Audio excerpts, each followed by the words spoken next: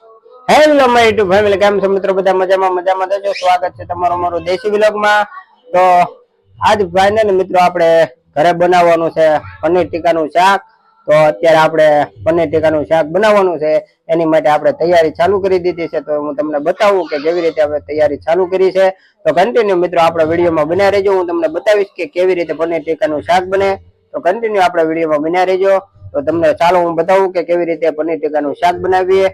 તો મિત્રો આપણે ચાલુ કરી દીધું છે અને મરચા આપણે કાપી લીધા છે. આપણે ગોળ ગોળ કટિંગ મરચાનું કરી નાખ્યું છે અને ડુંગળી કાપવાનું કામકાજ ચાલુ છે આપણે. તો હવે ચાલો મિત્રો આપણે ડુંગળી ખમણી લઈએ. મિત્રો અત્યારે આપણે ડુંગળી ખમણવાનું ચાલુ કરી દીધું છે. તો હવે ડુંગળી ખમણી લઈએ. મિત્રો આપણે મરચા અને ડુંગળી હવે કપાઈ ગઈ છે. હવે આપણે લઈ લીધા છે ટમેટા. હવે ટમેટું ખમણી નાખવી.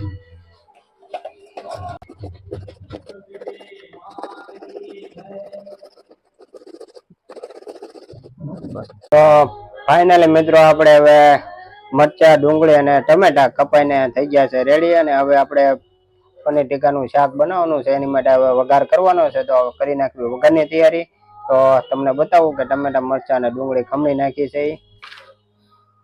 જો તમે મરચા ડુંગળી અને ટમેટા આપણે એટલે રેડી થઈ ગયા છે. ને આપણે બનાવવાનું છે પનીર ટીકાનું શાક. તો ચાલો હવે એનો વઘાર બનાવી નાખવી. તો સૌથી પહેલા મિત્રો આપણે તેલ ગરમ મૂકી દીધું છે. તેલ ગરમ થઈ જાય એટલે આપણે નાખી દેવાનું છે એમાં જીરું નાખ્યું ને, જીરું નાખી દીધું છે. અને હવે એમાં નાખી દીધા આપણે તામ્રપત્રના પાંદડા અને મરચાનો વઘાર. ને હવે નાખી દીધું છે આપણે વઘાણી એની અંદર. અને એની પછી હવે આપણે નાખી દીધા છે મરચા. ને એની પછી નાખી દેવાની છે આપણે ડુંગળી. અને ઘડીક વાર આપણે ડુંગળી ને મરચા નાખી દીધા છે. ઘડીક વાર આપણે હવે એને તળવા દેવાનું છે.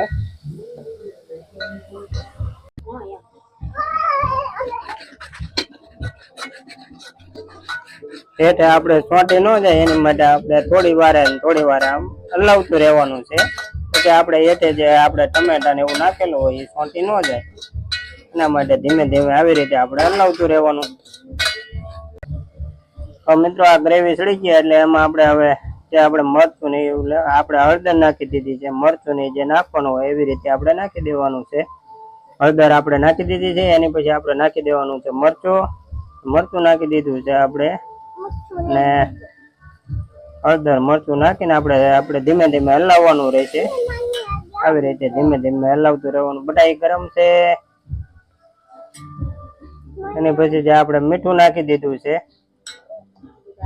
વિરાજભાઈ ગરમ ન લાગી જાય બેટા. આજે વિરાજભાઈ પણ અમારી સાથે પનીર બનાવવા આવી ગયા છે. તો વિરાજભાઈ પનીર બનાવે છે. હવે ધીમે ધીમે આવી રીતે હલાવી નાખવાનું છે. અને એની પછી જે આપણે પનીર ટીકાનો આપણે જે તૈયાર મસાલો આવે એ મસાલાનું પેકેટ લાવ્યા હતા એ આપણે જે દૂધમાં પલાળેલું છે. તો એ મિત્રો હવે આપણે એમાં નાખવાનું છે. તો એ મસાલો હું તમને બતાવું કે કેવી રીતે નાખ્યો હતો. તો એ મસાલો જે આપણે દૂધમાં પલાળી દીધો છે એ મસાલો હવે આપણે એમાં નાખવાનો છે. તો એ મસાલો હું તમને બતાવું કે અમે તૈયાર કરીને ઓલરેડી પહેલા અમે તૈયાર કરી લીધેલો હતો.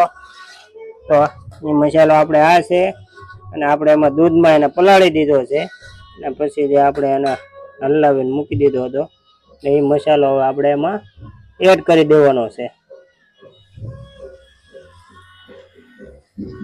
હવે જે આપણે આ ગ્રેવી ટમેટાની એની પાકી ગઈ છે એટલે હવે આપણે જે આ દૂધમાં પલાળેલો મસાલો હતો એ મસાલો હવે એમાં આપણે નાખી દેવી.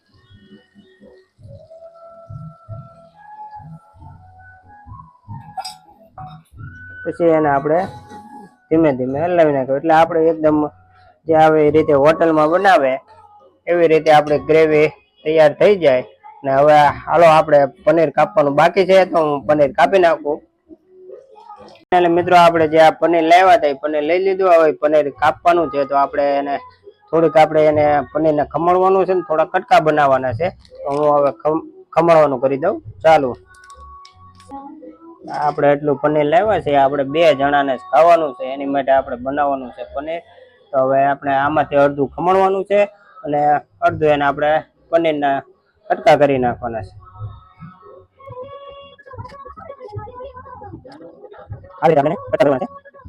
આના બનાવવાના કટકા આપણે આવી રીતે નાના નાના કરી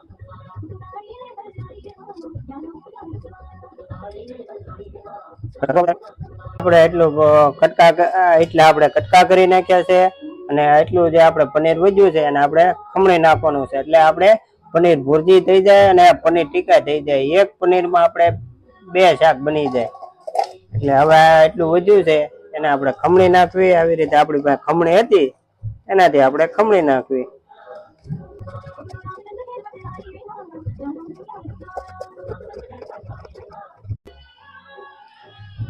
તો મિત્રો જે આપણે આ ટુકડા કર્યા તે ટુકડા આપણે કાપીને તૈયાર કરી નાખ્યા છે ને આપણે જે અડધું પનીર વધ્યું હતું એને આપણે આવી રીતે ખમણી નાખ્યું છે. એટલે આપણે આ પનીર ભુરજી થઈ ગઈ છે ને આ છે એ પનીર ટીકા થઈ ગયા છે.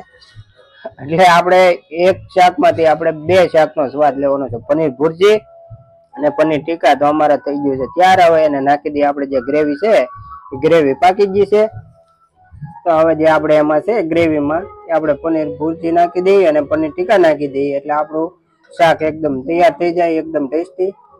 તો આપણે જે નાખી દીધું છે ને હવે એને આપણે થોડી વાર માટે સડવા દેવાનું છે. પછી જે આપણે એને ઉતારી અને ખાઈ લેવાનું છે. તો ફાઇનલી મિત્રો આપણું પનીર ટીકાનું શાક એકદમ બની અને તૈયાર થઈ ગયું છે. કોથમરી નાખી દીધી છે ને હવે ખાવા માટે થઈ ગયું છે તૈયાર. તો હવે આપણે પનીર ટીકાનું શાક તૈયાર થઈ ગયું છે. તો હાલો આપણે ખાઈ લઈએ અને એનો ટેસ્ટ કેવો આવ્યો, હોટલ જેવો આવ્યો છે કે નહીં, હું તમને હમણાં ટેસ્ટ કરીને તમને બતાવું કે કેવો ટેસ્ટ છે એ તમને હું કહું. તો મિત્રો આપણા વિડીયોમાં તમે અહીંયા સુધી આવ્યા હોય તો આપણે એક ગુજરાતી ભાઈ તરીકે એક ગુજરાતી ભાઈને સપોર્ટ કરો. આપણી ચેનલ દેશી વ્લોગને લાઈક કરી દેજો, સબસ્ક્રાઇબ કરી દેજો. તો મિત્રો હવે આપણે પનીર ટીકાનું શાક થઈ ગયું છે તૈયાર. તો હાલો મિત્રો આપણે એને જમી લઈએ. ફાઇનલી મિત્રો આપણું પનીર ટીકાનું શાક થઈ ગયું છે તૈયાર ને આપણી થાળીમાં આવી ગયું છે. આ બાજુ આપણે રોટલી આવી ગઈ છે ને આ બાજુ આપણે ભૂંગળા આવી ગયા છે. અને આ અમારે છે વિરાજભાઈ. વિરાજભાઈ શેનું શાક ખાવાનું છે તમારે? હે, પનીર નું શાક ખાવાનું છે. તો વિરાજભાઈ અમારા બધા ભૂંગળા લઈ લીધા છે અને એને ખાવાનું છે પનીર નું શાક. ને વિરાજભાઈ માટે આવી ગયું છે આ વાટકામાં પનીર નું શાક. ને વિરાજભાઈ અત્યારે જોવે છે ફોન. તો હું તમને મિત્રો ટેસ્ટ કરું અને ટેસ્ટ બતાવું કે કેવું શાક બનાવ્યું છે. હવે તો આપણે લઈ લીધું છે રોટલી ને આપણે લઈ લીધું છે પનીર ને હવે આનો કરવાનો છે આપણે ટેસ્ટ. તો આપણે એનો ટેસ્ટ કરી લઈએ ને તમને કહું કે કેવો ટેસ્ટ છે. તો મિત્રો ટેસ્ટ તો એકદમ સારો છે અને એકદમ આપણે હોટલ જેવું જ બન્યું છે. તો આપણું પનીરનું શાક એકદમ મસ્ત બન્યું છે. તો આપણને તો મજા આવી ગઈ છે. અને આવી રીતે તમારે પણ પનીર બનાવવું હોય તો આપણે જેવી રીતે બનાવવું એવી રીતે તમને ન ફાવતું હોય તો એવી રીતે આપણે બનાવી નાખવાનું છે. તો મિત્રો આજે અમે ઘરે બનાવ્યું હતું પનીર ટીકાનું શાક. તો મિત્રો કેવો લાગ્યો તમને અમારો પનીર ટીકાનો વ્લોગ એ કોમેન્ટમાં કહી દેજો. તો આજ માટે એટલું જ. ફરી પાછા મળીએ કાલ નવા વ્લોગમાં. જય માતાજી, જય શ્રી કૃષ્ણ.